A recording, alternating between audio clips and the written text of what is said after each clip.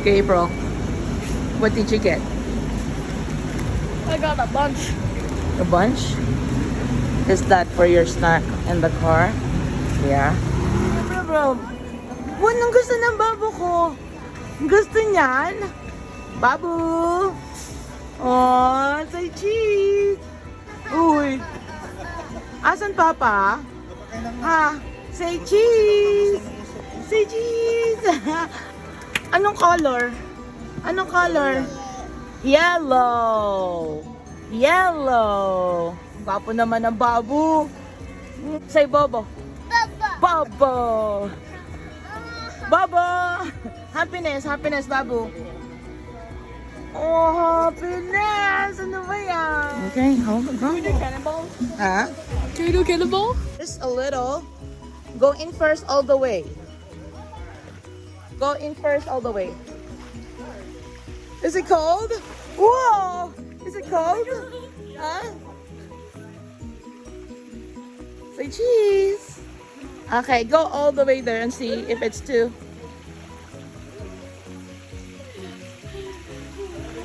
Don't jump, ha? Don't jump yet. Make sure it's too deep for you guys. Malamig. Pero okay lang yan. How deep is it? Um, Stay here. If you see leaves, throw it out. Go. You jump on this side, not in there. Okay, now you guys can do the cannonball. Hi guys, this is our second part of being in the Philippines.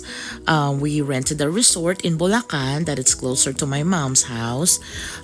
We have this resort overnight. I think it's from 5 p.m. to 4 p.m. Ang ganda guys, ang ganda nung place na to. Ang tubig niya, it's warm and it has 3 big house. So dito kami sa malaking house, then yung ibang cousin namin sa dalawang house kasi madami kami. Kailangan i-voice over ko to kasi may mga music.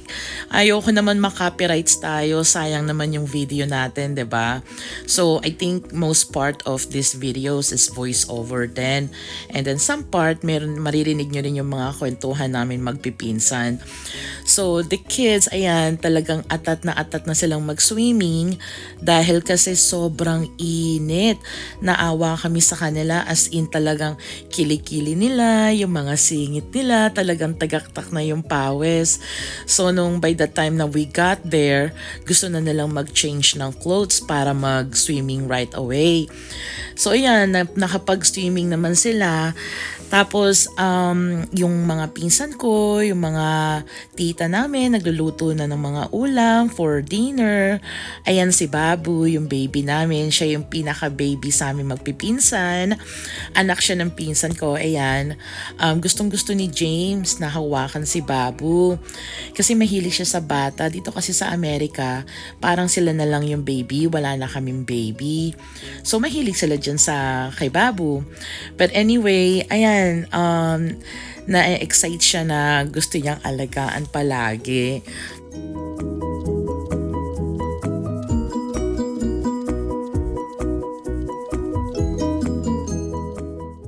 So anyway guys, I'm just gonna add some music on these videos kasi syempre ayoko naman maboard kayo sa bosses ko ha.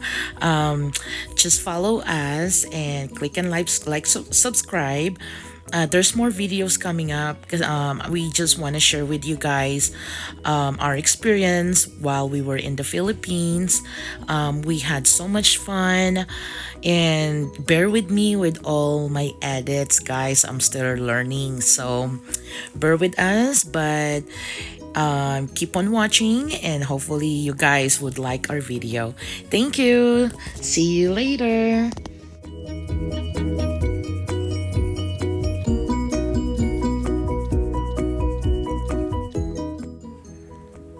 So guys, ipapakita ko sa inyo yung kitchen ng resort. Ayan siya, malaki. Tapos dyan sa taas na yan, karaoke. Ayan, mga pinsan ko. So actually guys, isa side ng uncle ko puro lalaki. Sa side naman ng isa kong uncle, puro babae. So, ito, mga kainuman namin, puro lalaki. Yung uncle ko nakikipag-inuman din.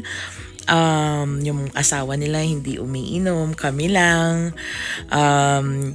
Ang saya nung araw na to. Alam mo yung time na hindi kayo nagkita-kita for so many years.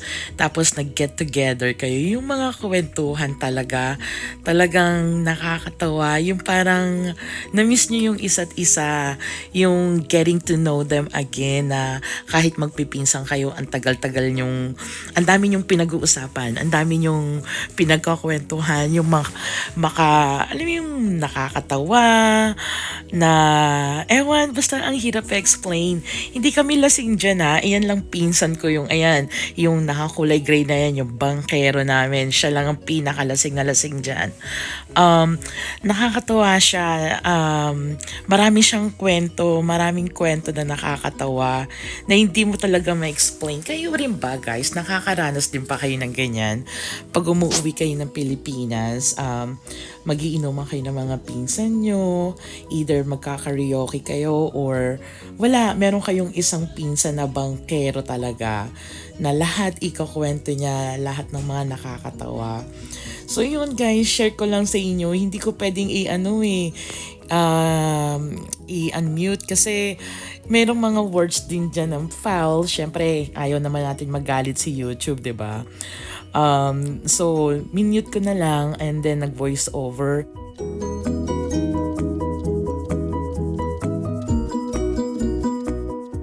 Yun, nag-voice over na lang ako para hindi magalit si YouTube.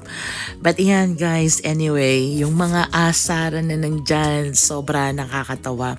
Sayang nga yung dalawa kong pinsan na babae, hindi na sila nakasama kasi syempre nagpapatulog pa sila ng baby. But hopefully next time, makainuman natin sila, di ba? Akala ko ba malakas kang uminom, ha?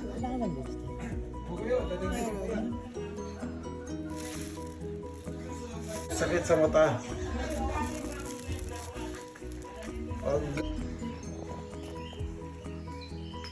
Good morning.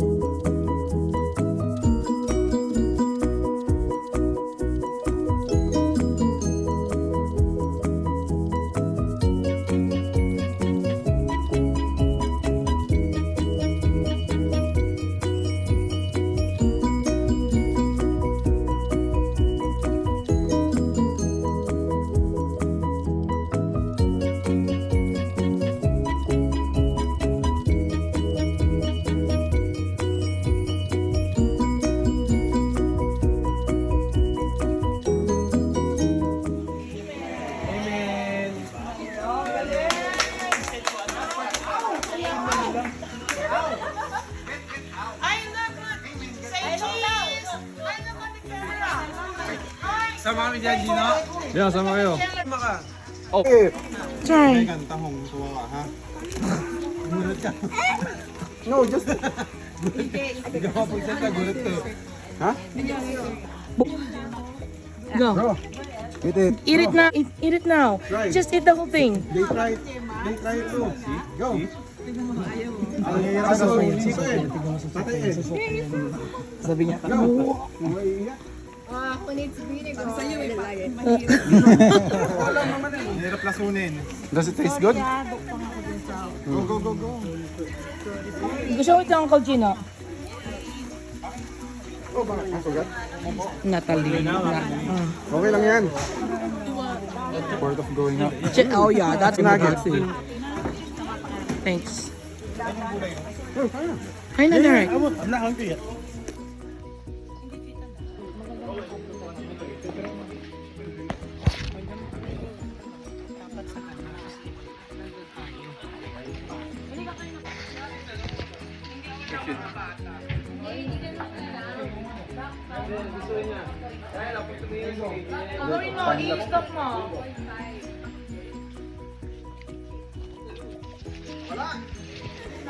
No, Just a sip, no. in No. Philippines, if we toast, we finish the ano.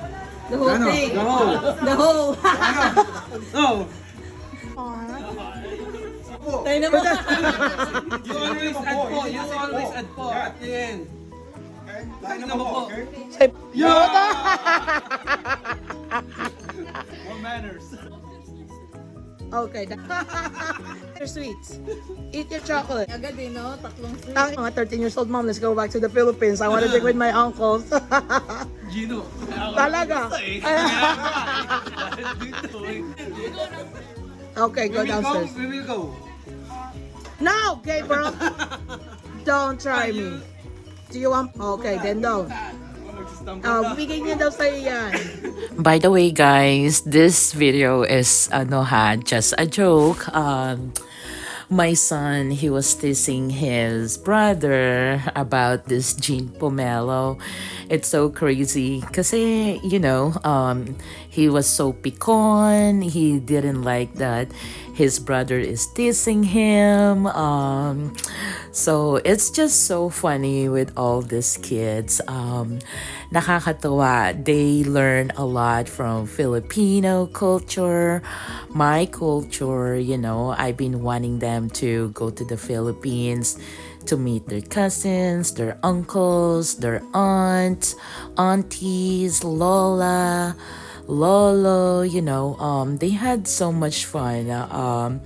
Gabe was teasing James because Gabe, he saw all his uncles were drinking that, and the juice he mixed it juice, which is the dalandan, onto his hydro flask.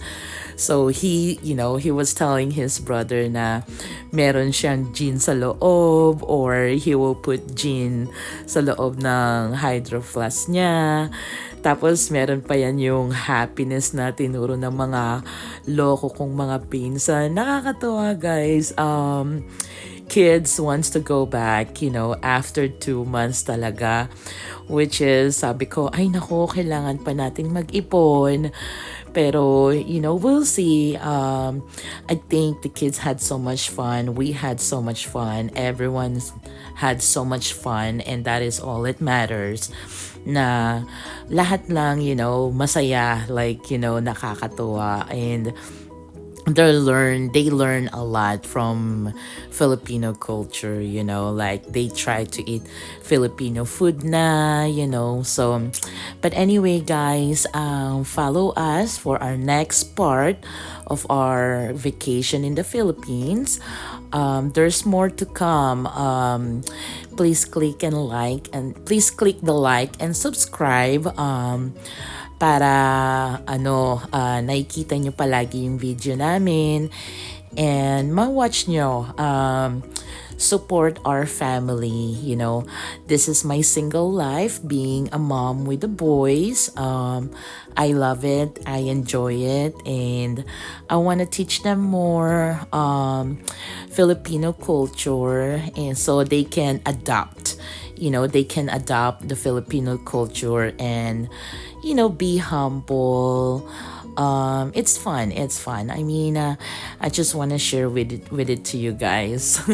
Ayan na naman, niloloko na naman niya yung kapatid niya. But anyway, guys, good night and hope to see you guys soon again for our next part of the video. Bye!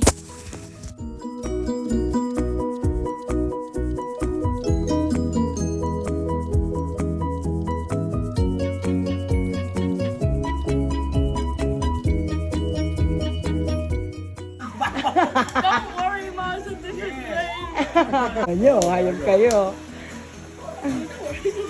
Yeah. Okay, James. You said it's a joke. Just say sorry na. Sino? Yeah. Let your brother calm down. Put the gin down. Leave it alone. Talaga. Gustong-gusto ko, girl. Sweet. Ganyan lang yan. Sweet.